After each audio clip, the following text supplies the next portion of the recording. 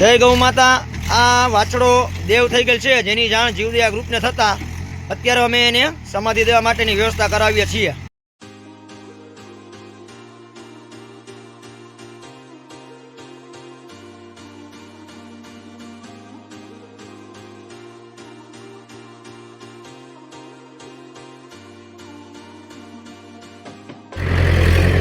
અને અત્યારે સેવાકીય કાર્યમાં મારા પત્ની જલ્પા રાજ પણ આવેલ છે સમાધિ દેવા માટે, અને મારી છોકરી રિયાન્સી રાજ એ પણ છે।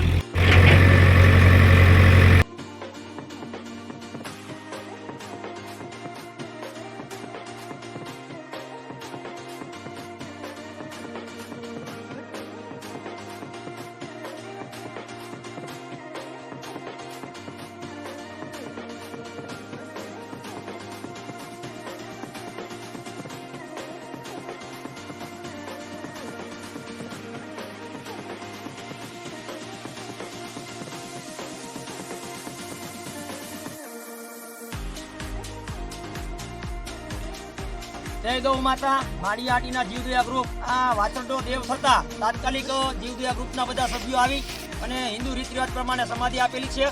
જે સમાધિ અમે દેવા આવ્યા એમાં મારા ધર્મપત્ની જલ્પા રાજ પણ જોડાવાના છીએ। જય ગૌ માતા।